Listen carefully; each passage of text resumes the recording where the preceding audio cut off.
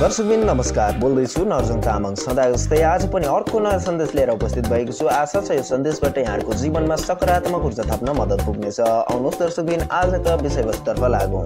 बाँदर र फापरको चाल।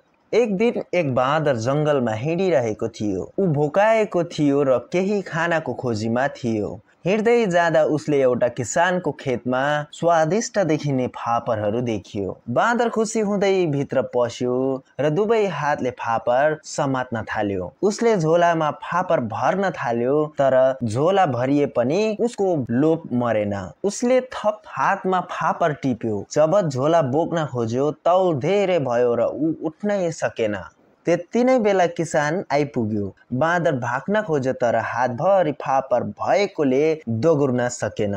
जब किसान नजिक आयो, बाँदरले अन्तिम प्रयास गर्यो, तर हातमा रहेको फापर नछोड्दा भाग्न असम्भव भयो। अन्ततः किसानले उसलाई समात्यो। दर्शकबिन, यो कथाको शिक्षा हो, धेरैजसो मानिसहरू बाँदर झैं हुन्छन्। उनीहरू लोभ, डर र अनावश्यक चिन्ताले भरिएको जीवन बाँच्छन्। उनीहरू अवसर देख्छन्, धेरै कुरा आर्जन गर्न खोज्छन्, तर सन्तोष गर्न सक्दैन। तर कहिलेकाहीँ अधिक लोभले नै हाम्रा बाधा बन्छन्। यदि बाँदरले केही मात्रामा फापर बोकेको भए ऊ सजिलै भाग्न सक्थ्यो। उस्तै गरी जिन्दगीमा कहिलेकाहीँ अनावश्यक बोझहरू, डर, असफलताको डर, अरूको सोच छोड्नुपर्छ, ताकि हामी हाम्रो सफलताका लागि स्वतन्त्रता रूपमा अघि बढ्न सकौं। सही समयमा सही निर्णय गर, नत्र तिमी पनि बाँदर झैं आफ्नो अवसर गुमाउने छौ। दर्शकबिन, यहाँहरूलाई हाम्रो भिडियो कस्तो लाग्यो? यदि राम्रो लाग्यो भनेदेखि साथीहरूलाई शेयर गर्नु र च्यानल सब्स्क्राइब गर्नु नबिर्सिनुहोला। यति भन्दै आगामी दिनहरू फेरि अर्को भिडियोको साथमा भेट्ने नै छु। तबसम्मको लागि बिदा दिनुहोस्। नमस्कार।